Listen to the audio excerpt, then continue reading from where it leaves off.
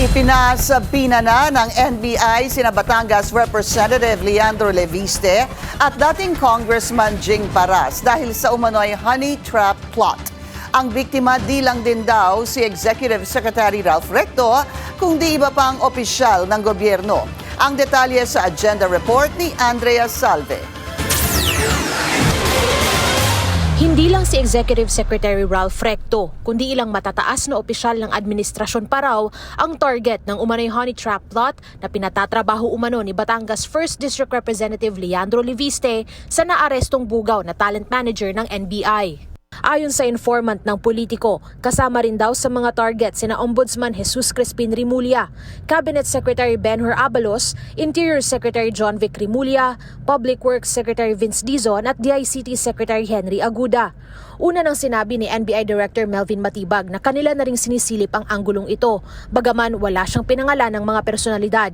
We're looking into it. But ang maliwanag ngayon si Executive Secretary Ralph Recto yung subject nila. Sir, nakipag-coordinate na po sa NBI si ES Recto? By coordination he will be sending his lawyers also. Ngayong araw ay inilabas na rin ng NBI ang mga subpina para kina Leviste at dating Congressman Jing Paras na siyang itinuturong intermediary sa pagitan ng bugaw na talent manager at ng umano'y financier na si Leviste. Nakatakda silang humarap sa mga investigador sa darating na Huwebes.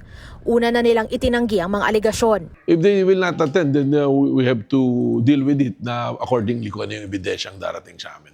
Anyway, there's already the admission and confession ng mga subjects. That's why they're being subpoenaed to clear the light kung ano bang participation nila talaga. Kung wala naman at inigiimbento lang itong mga tao na ito, then we are willing to help them to prosecute these personalities.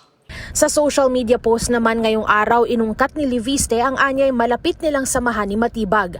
Isa raw kasi ito sa kanyang mga mentor ng pasukin ng politika. Kalakip pa ng post na ito ang screenshot ng isang mensaheng ipinadala umano sa kanya ni Matibag noon pang August 2025 kung saan binati siya ng NBI Director. Ayon kay Leviste, dahil magkakilala sila ni Matibag, alam daw nitong hindi siya sinungaling at gawang rekto lang ang umano'y honey trap plot na tila pasaring pa sa Executive Secretary.